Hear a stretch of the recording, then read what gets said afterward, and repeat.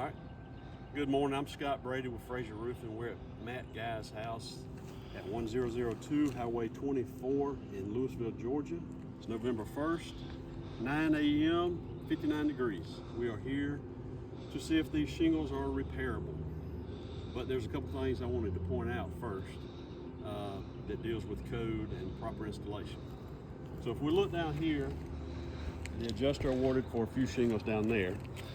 But to repair these marked up shingles here, these damaged shingles, we are getting into this hip, which by Georgia code, the felt has to overlap the hip 4 to 6 inches, which means this hip needs to be replaced. Then we get into this slope.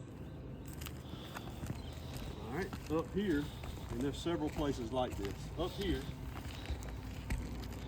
to replace this damaged shingle, you get into this hip, this ridge, and this ridge, all non-vented, which again, Georgia code, felt has to overlap 4 to 6 inches. So then you get into this valley, Georgia code again, there's got to be valley liner, so you get into this slope and that slope. Here, to repair that, this ridge vent needs to be taken off so we can properly repair that shingle. So here, much like that last section over there, to repair this shingle, we get into the non-vented ridge, we get into the ridge vent. You get into this valley, again, valley liner has to be put down, which gets us into that slope. This hip would need to be replaced because, again, Georgia code, the felt has to overlap 4 to 6 inches, which gets us into this slope. And the last section I want to point out is to repair this shingle properly, and by Georgia code, non-vented, felt has to overlap 4 to 6 inches, which we get over here into this slope. So consideration needs to be made for all of this that I pointed out. So when we do a repair test, what are we looking for?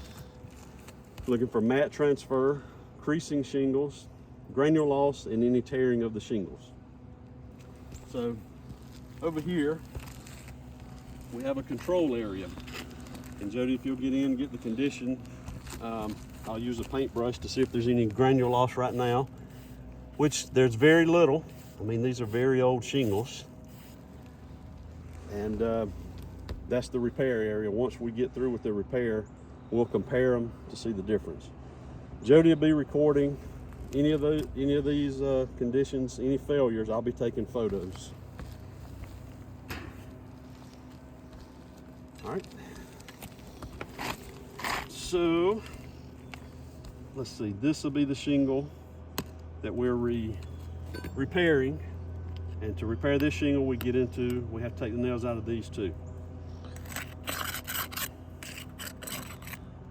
And just by loosening, ungluing the shingles, there is granule loss already. Here, here, and here is the shingle.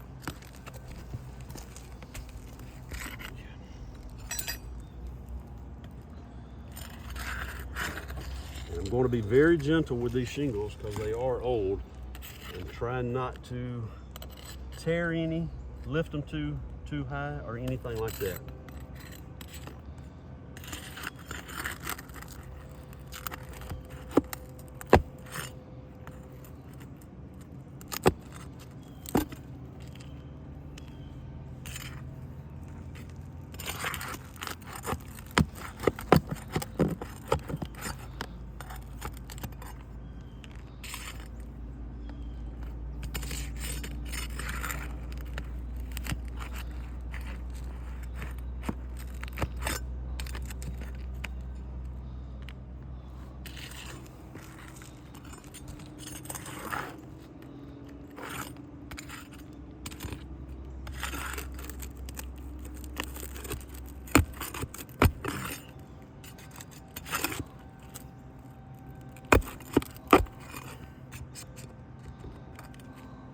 So just trying to get the nails out.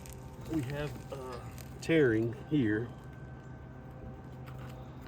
You can see that there. So we'll continue.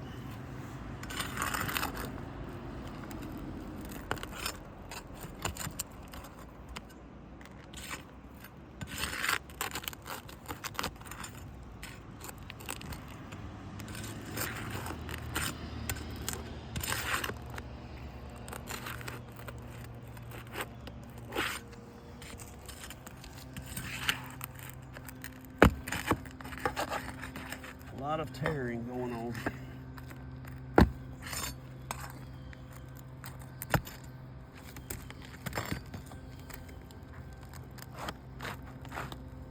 Must be one more.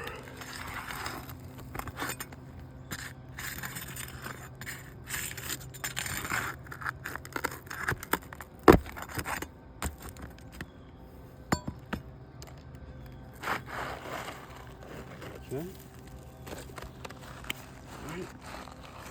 So we simulate the repair. Slide the new shingle in, lining it up.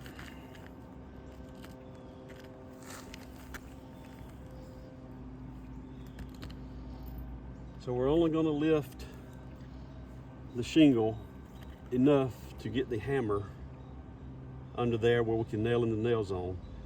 And the nails have to be at 90 degrees per manufacturer spec.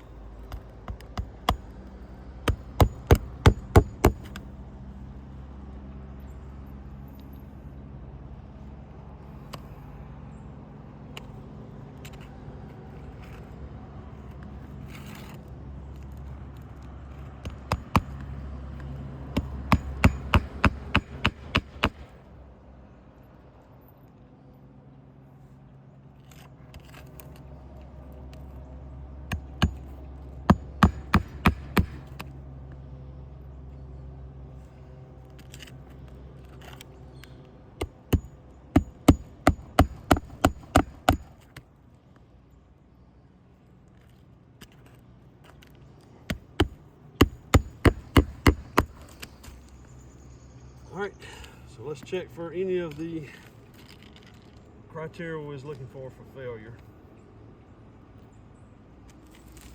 A little piece of chalk.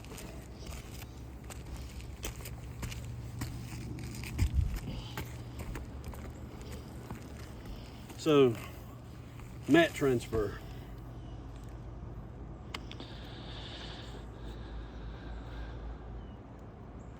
Got some mat transfer.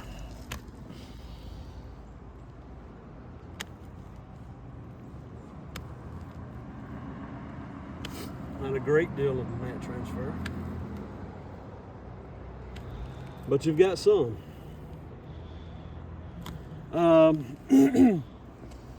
Granule loss. Yes, there was granule loss during it, especially when the hammering was going on. Creases. So you can see here how that one's creasing.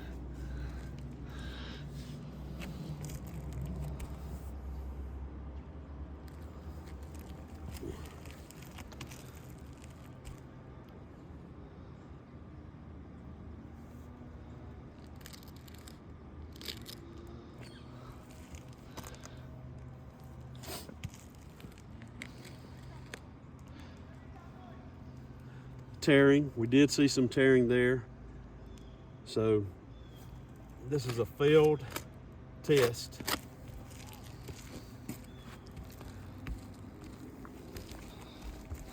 So mat transfer, yes, we saw that. Creasing, we saw that as well. Granule loss, yes. Tearing, yes.